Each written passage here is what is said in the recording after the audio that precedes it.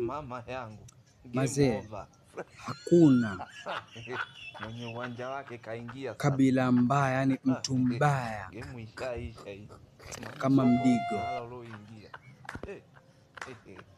Mimi nasema hivi kwa sababu kabila yangu naijua vizuri, nilizaliwa Udigoni mpaka hapa nilipofikia, nakuwa huko huko Udigoni.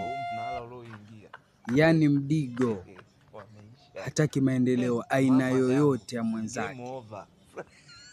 Ukisema fungua kijibiashara chatorerwa hivi, chatorerwa mpaka useme mbasi sifanyi wache. Ukisema umpata kijikazi warogba, warogba mpaka ukatae mwenye kwenda kazini. Ukisema umpata bibi waoa, we utakosanishwa naye wewe kishirikina huyo, mpaka kila mmoja ashike yake. Ukisema afanya nini, yani kabila mazee hatupendani. Tuacheni Wadigo jamani, tubadilikeni.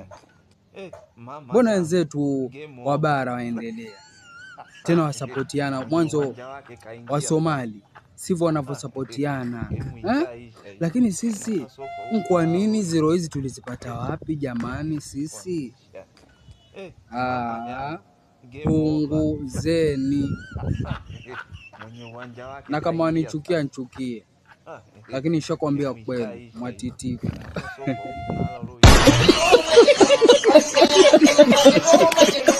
Mama yangu game over.